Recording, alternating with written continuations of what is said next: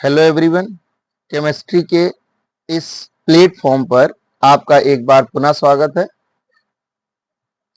चलिए आज का शुरू करते हैं सेशन। पीजीटी से रिलेटेड जो 2016 में क्वेश्चन आए हैं उनको इस समय हम करवाने वाले हैं। आज की इस श्रृंखला में हमने 10 क्वेश्चन लिए हैं। चलिए देखते हैं, स्टार्ट करते हैं वीडियो। पहला क्वेश्चन है, सैलिसिलिक अम्ल की क्रिया एसिटिक एनहाइड्राइड से कराने पर निम्न में से क्या प्राप्त होता है। अगर हम सैलिसिलिक अम्ल की क्रिया एसिटिक एनहाइड्राइड से कराते हैं तो इनमें से क्या बनेगा। क्या विंटर ग्रीन का तेल होगा, क्या एस्प्रिन होगा, क्या सेलोल बनेगा या सरसों का तेल होगा। चलिए इसको जरा हम एक्सप्लेन करके समझाते हैं। सैलिसिलिक अम्ल का जो फॉर्मूला होता है ये हो जाएगा OH और COOH। ठीक, और इसकी क्रिया कराना एसिटिक एनहाइड्राइड यानी CH3CO का होल ट्वाइस होता है। इसको हम इस तरीके से लिख ले रहे हैं। यहां पर होगा क्या, यहाँ का H सैलिसिलिक अम्ल का एल्कोहल का H और यहां से ये इतना बाहर निकल जाएगा, COCH3 आके अटैच हो जाएगा, यानी ये बन जाएगा ये COOH और यहाँ पर हो जाएगा OH COCH3 प्लस बन जाएगा एसिटिक एसिड CH3COOH।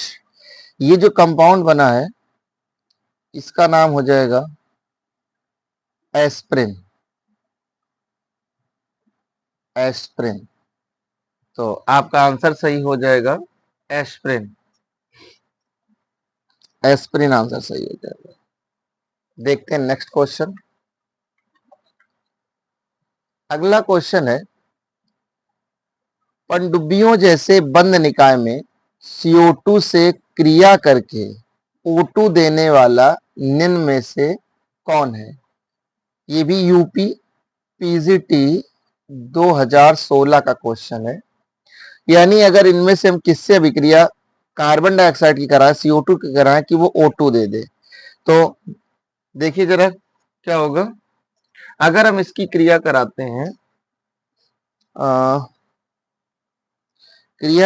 अगर हम सुपर ऑक्साइड की यानी KO2 की क्रिया कराएं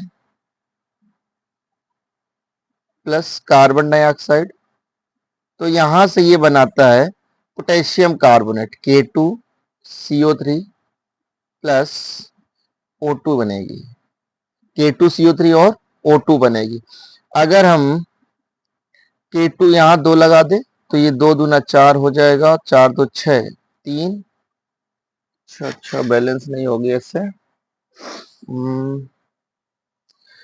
ऑक्सीजन नहीं बैलेंस हो रहे तो एक काम करिए, यहाँ पर 4 लगाइए। तो जब 4 लगाएंगे तो के 4 हो जाएंगे, 2 इसमें लगा दो तो C2 हो जाएंगे, 2 इसमें लगाए तो 4 दूना 8 और 2 दूना 4, 8 4 12 हो गया, 3 दूना 6 और 3 इसमें लगाते हैं 6, अर्थात हमारा आंसर हो जाएगा सुपर ऑक्साइड पोटेशियम का KO2। देखते हैं नेक्स्ट क्वेश्चन। अगला क्वेश्चन है, मुक्त मूलकों के स्थायित्व का सही घटता क्रम क्या है। घटता हुआ क्रम क्या है, तो सबसे पहले देखिए, अगर आपको ऑप्शन समझना है तो इनको एक जगह लिख के हम पहले बना लेते हैं किस तरीके से। इसमें देखो, एक है आपका CH2 डबल बॉन्ड CH2 मुक्त मूलक, दूसरा है C6H5 CH2 मुक्त मूलक, तीसरा है C6H5 CH2 दो बार है, इसको हम अलग लिख दे रहे हैं ऐसे, और C6H5 मुक्त मूलक, और एक पर 3 मुक्त मूलक लग यानी बेंजीन रिंग लगा C6H5 C6H5 और C6H5 फ्री रेडिकल। ये आपको दिया है। देखिए अगर मुक्त मूलक की बात करें, सबसे पहले तो ये होमोलिटिक विखंडन से बनते हैं। होमोलिटिक विखंडन या विदलन या फिर बोल सकते हैं होमोलिटिक फ्यूजन से बनते हैं। दूसरी बात,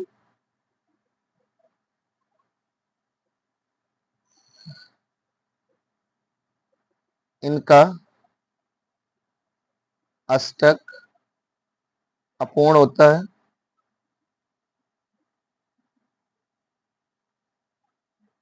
ये अभिक्रिया मध्यवर्ती हैं, अभिक्रिया मध्यवर्ती हैं।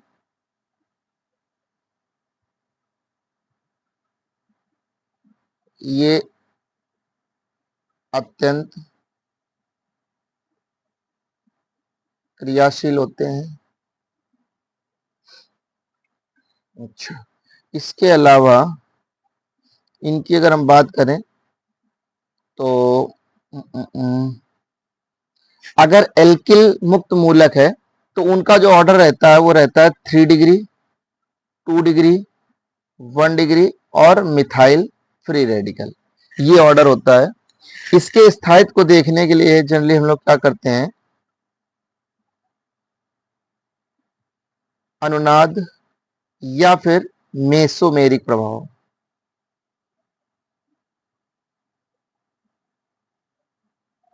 या फिर अतिसंयुग्मन जिसको हाइपर कंजुगेशन कहते हैं, या फिर इसी में एक चीज और देख लेते हैं, प्रेरणिक प्रभाव, प्रेरणिक प्रभाव।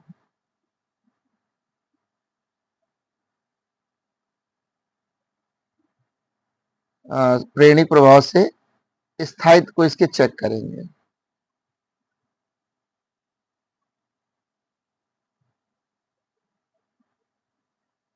अगर देखते हैं क्वेश्चन को वापस, यहां पर क्या है, ये पाई बंध है, सिग्मा बंध है और मुक्त मूलक है, मतलब मेसोमेरिक हो रहा है। मेसोमेरिक क्या, अनुनाद हो रहा है। तो दूसरे वाले में क्या है, बेंजीन रिंग है, बेंजीन रिंग में ज्यादा अनुनाद होता है, तो इसकी कंपेयर में इसका स्थायित्व ज्यादा है। यहां पर दो तरफ से रिजोनेंस है, अनुनाद है, तो इसका ये और ज्यादा स्थायी है। इसमें तीन तरफ से है, अर्थात सबसे ज्यादा होगा 3 डिग्री वाला। तो 3 डिग्री इसमें जिसमें होगा, तो एक ही ऑप्शन दिख रहा है, थर्ड वाला सी। इसके अलावा दूसरा और फिर ये, हाँ ठीक है, सी ऑप्शन इसका करेक्ट हो जाएगा। आई होप आपको समझ में आ गया होगा। देखते हैं नेक्स्ट क्वेश्चन। क्वेश्चन दिया है 25 डिग्री सेल्सियस और अनंत अनुता पर HCl CH3COO एवं NaCl की मोलर चालकताएं क्रमशः 426.1, 91.0 एवं 126.5 siemens metre square mole inverse है। तो 25 डिग्री सेल्सियस एवं अनंत अनुता पर CH3COOH की मोलर चालकता क्या होगी। ये कोलराउस के नियम से लिया गया है और यूपी पीजीटी 2016 में पूछा हुआ क्वेश्चन है। देखते हैं इसको किस तरीके से सॉल्व करेंगे। सबसे पहले आपको HCl दिया है, CH3COO दिया है और NaCl दिया है और CH3COOH की पूछ रहा है। देखिए CH3COOH की अगर हम बात करें, अगर हम इसको लिखें तो ये हो जाएगा लेमडा CH3COOH इनफाइनाइट। अगर इसको आयनाइज करें तो ये देता है लेमडा इनफाइनाइट CH3COO माइनस और प्लस H प्लस। हमें ये बनाना है। अगर आप ध्यान से देखें, अगर हम ये देखें कि जो HCl और CH3COO अगर आपस में मिलते हैं तो आपका बन जाता है ये, यहां से ही आपको क्या हो जाएगा, CH3COO मिल जाएगा और यहां से H मिल जाएगा, अर्थात इसको इसको जोड़ दें तो ये मिलेगा। अब तरीका ये होता है कि अगर इसको इसको जोड़ रहे हैं तो तीसरे को घटाना है, तो लिखने का तरीका सबसे अच्छा ये रहेगा कि हमें चूंकि आंसर केवल निकालना शॉर्ट में, तो इसके इसके मोलर चालकताओं को जोड़ के NaCl को घटा देंगे। अर्थात अगर हम निकालें लेमडा इनफाइनाइट CH3COOH की अगर निकाल रहे हैं तो हमें करना क्या होगा, लेमडा HCl प्लस कर देंगे लेमडा इनफाइनाइट लगा के CH3COO यानी तो NaCl की मोलर चालकता को माइनस कर देंगे। HCl की दी गई है 426, HCl की दी है 426.1 प्लस CH3COO की दी गई है 91 यानी 91 और माइनस कर देंगे 126.5। जब इसको सॉल्व करेंगे तो ये आ जाएगा कितना, ये हो जाएगा 0.1 और 9 6 15 और 2 1 3, 435.9 में माइनस कर देंगे 126.5। 9 से 0.5 को घटाएंगे 0.4 आ जाएगा और 15 में से 6 गया तो 9 आ जाएगा और 3 2 में से 2 गया 0 आएगा और यहाँ बचा 4 3 यानी 309 दशमलव, लग रहा है कहीं मिस्टेक हो गई, फिर से एक बार चेक कर लेते हैं। इसकी वैल्यू दी है 426.1 और इसकी दी है 91 और 126.5, इसको जोड़ेंगे, अच्छा जोड़ गलत दिया तो यहां पर आएगा 1, ये 6 और 1 हो जाएगा 7 और 1 मिनट दोबारा कर लेते हैं। ये आ जाएगा 0.1, 9 6 और 1 हो जाएगा 7, 9 2 11, 1 आ जाएगा 4 और 1 5 हो जाएगा माइनस का 126.5। तो यहाँ पर इसे घटाएंगे तो 11 यानी 0.11 से 5 यानी 0.6 आएगा, 0.6 और यहाँ से 6 में 6 जाएगा 0, यहाँ पर 11 में से 2 जाएगा 9, यहाँ बचा 4 1 जाएगा 3, 390.6 siemens metre square mole inverse, जिसमें होगा वही आंसर सही हो जाएगा। तो इसका आंसर सही है, हाँ बी ऑप्शन राइट दिख रहा है, बी ऑप्शन इसका हो जाएगा आंसर। देखते हैं नेक्स्ट क्वेश्चन। अगला क्वेश्चन है ठोस अवस्था का है, ये सॉलिड स्टेट। शाटकी क्रिस्टल दोष वास्तव में है एक, देखिए शाटकी दोष जो होता है इसको दिया था वाल्टर हरमान शॉटकी ने, और इसमें होता क्या है, किसी भी क्रिस्टल से समान मात्रा में धनायन तथा ऋणायन बिल्कुल विलुप्त हो जाते हैं, तो वहां पर क्या होता है उनकी जगह रिक्त हो जाती है, अर्थात शाटकी दोष एक रिक्त दोष है या रिक्तिका दोष है। शाटकी दोष क्या है, एक रिक्तिका दोष है। देखते हैं नेक्स्ट क्वेश्चन। क्वेश्चन है ट्राई हैलाइड आयनों के स्थायित्व का सही बढ़ता क्रम है, यानी स्थायित्व का बढ़ता क्रम है। देखिए जो हैलाइड होते हैं, यहां पर अगर हम ट्राई हैलाइड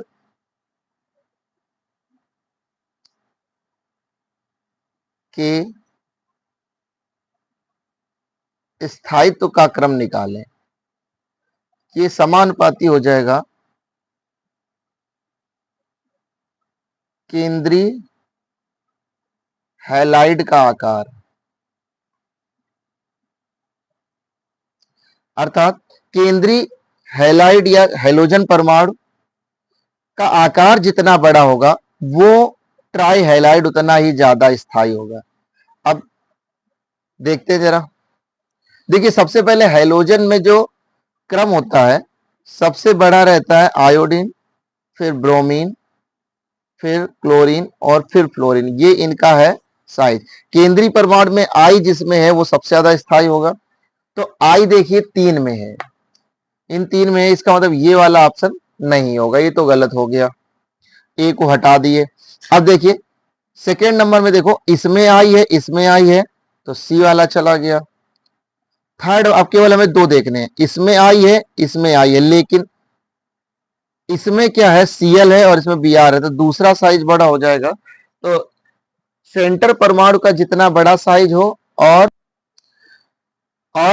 जो दूसरा परमाणु है उसका साइज जितना छोटा हो, तो इसमें Cl छोटा है Br बड़ा है, इसका मतलब आंसर हो जाएगा बी।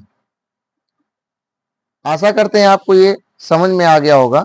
नेक्स्ट क्वेश्चन देखते हैं। अगला क्वेश्चन है निम्न अभिक्रिया इनमें से क्या कहलाती है।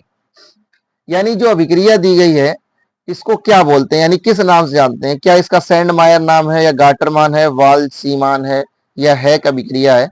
देखिए जो AR है, AR से मतलब है एरोमेटिक, यानी बेंजीन रिंग।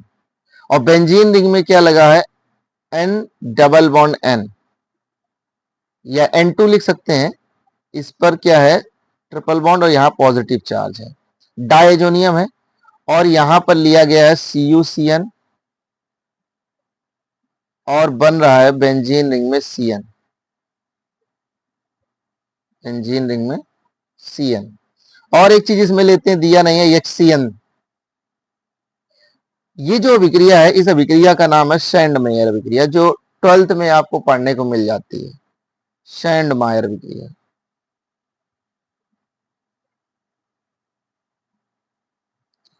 सैंडमायर अभिक्रिया, तो इसका ए ऑप्शन सही हो जाएगा।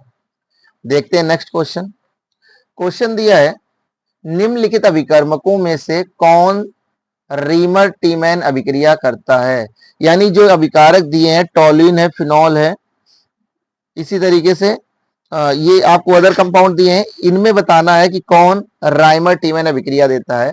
तो आंसर तो इसका हो जाएगा फिनॉल, आंसर हो जाएगा फिनॉल। अब राइमर टीमैन अभिक्रिया होती कैसे, जरा इसको समझ लेते हैं। राइमर टीमैन लिखो अभिक्रिया, ये अभिक्रिया फिनॉल द्वारा की जाती है। किस तरीके से होती है जरा समझिए। यहां से एक क्वेश्चन और पूछा जाता रहता है, इसमें जो मध्यवर्ती होता है, अभिक्रिया मध्यवर्ती जो होता है, मध्यवर्ती, इसको आप जरूर याद रखें, ये होता है डाइक्लोरोकार्बीन, ये होता है डाइक्लोरोकार्बीन, डाइक्लोरोकार्बीन। अभिक्रिया को जरा समझ लेते हैं। सबसे पहले फिनॉल लेना है, इसकी अभिक्रिया CHCl3 और क्षार से कराना है। क्षार के रूप में आप चाहे NaOH ले लो या फिर KOH ले लो।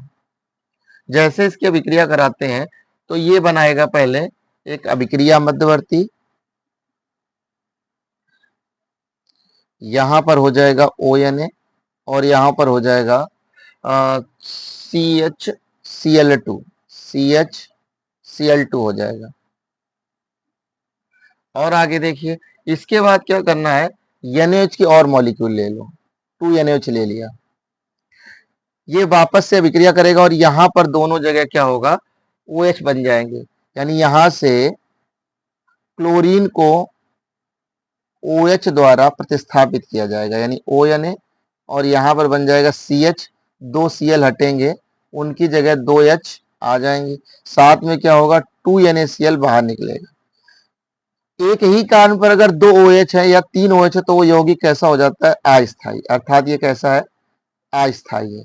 अगर अस्थायी है तो स्थायी बनेगा, और जल का मॉलिक्यूल यहां से निकलेगा, यानी यहां से इस तरीके से H2O निकाल दो, तो H2O निकल गया। H2O निकलने के बाद बना क्या, ये बन जाएगा ONA, और यहां पर हो जाएगा CHO।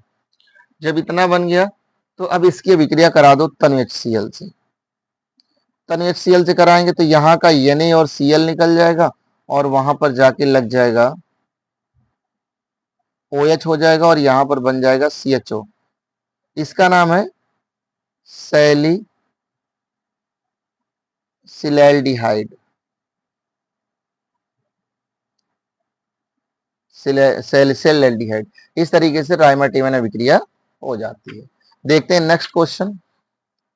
अगला क्वेश्चन है, निम्न बोरॉन हैलाइड की लुईस अम्लीय प्रबलता का सही क्रम है। देखिए लुईस अम्ल क्या होता है, लुईस अम्ल की अगर हम बात करें तो लुईस अम्ल वो होते हैं जिनके पास इलेक्ट्रॉन की कमी होती है, यानी वे परमाणु या समूह, वे परमाणु या समूह जो एक जोड़ा यानी एक लोन पेयर इलेक्ट्रॉन युग्म ग्रहण करते हैं, इलेक्ट्रॉन युग्म ग्रहण करते हैं, वो लुईस अम्ल होते हैं, जैसे AlCl3, BF3, BCl3। इनके सबके अगर हम अष्टक चेक करें तो इनके बाहरी कोष में, एल्युमिनियम के बाहरी कोष में 3 होता है, 3 बॉन्ड बनाएगा Cl के साथ, तो इसके 2 2 4 2 6 यानी 6 इलेक्ट्रॉन है। इलेक्ट्रॉन डेफिशिएंट है, इसको इलेक्ट्रॉन की कमी है, यानी एक इलेक्ट्रॉन ग्रहण कर सकता है, अतः ये क्या है, लुईस अम्ल की तरह भी है, व्यवहार करेगा। इस तरीके अगर हम लुईस क्षार की बात करें, लुईस क्षार, लुईस क्षार क्या करते हैं, वे परमाणु या समूह जो एक इलेक्ट्रॉन युग्म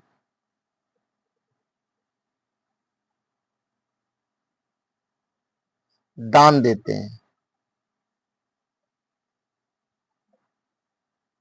लुईस क्षार कहलाते हैं,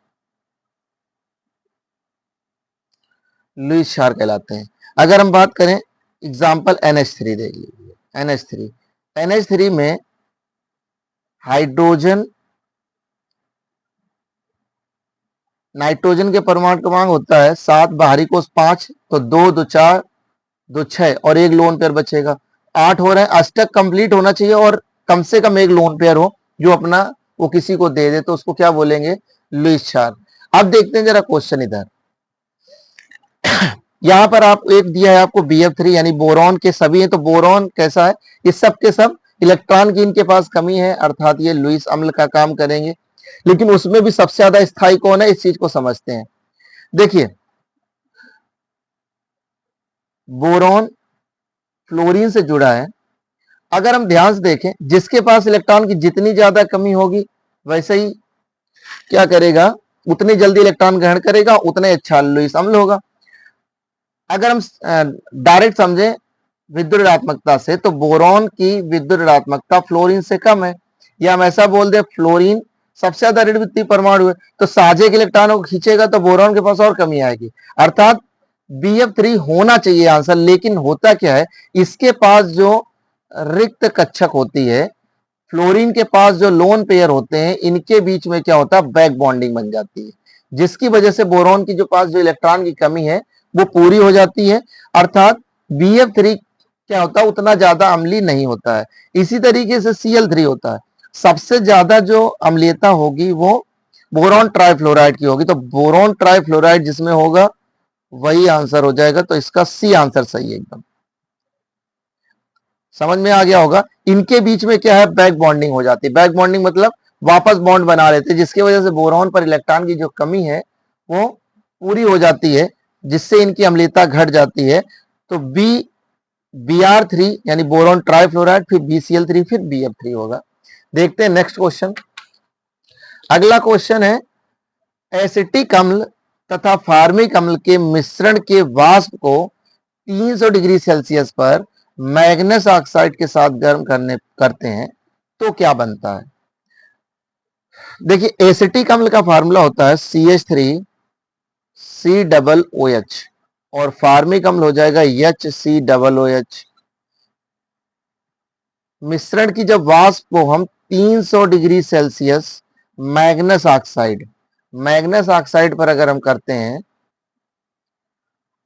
MnO मैग्नेस ऑक्साइड, तो ये बनाता है CH3CHO यानी एसिटल्डिहाइड बनेगा, प्लस साथ में क्या होगा, CO2 बनेगा और जल बनेगा, CO2 और जल।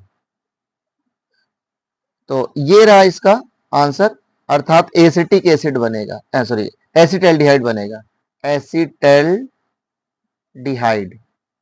एसिटल्डिहाइड यानी इसका बी आंसर आ जाएगा। आज के लिए इतना ही रखते हैं, मिलते हैं नेक्स्ट क्वेश्चन नेक्स्ट वीडियो में, तब तक के लिए धन्यवाद। वीडियो अगर पसंद आई हो तो इसको लाइक कर दीजिए।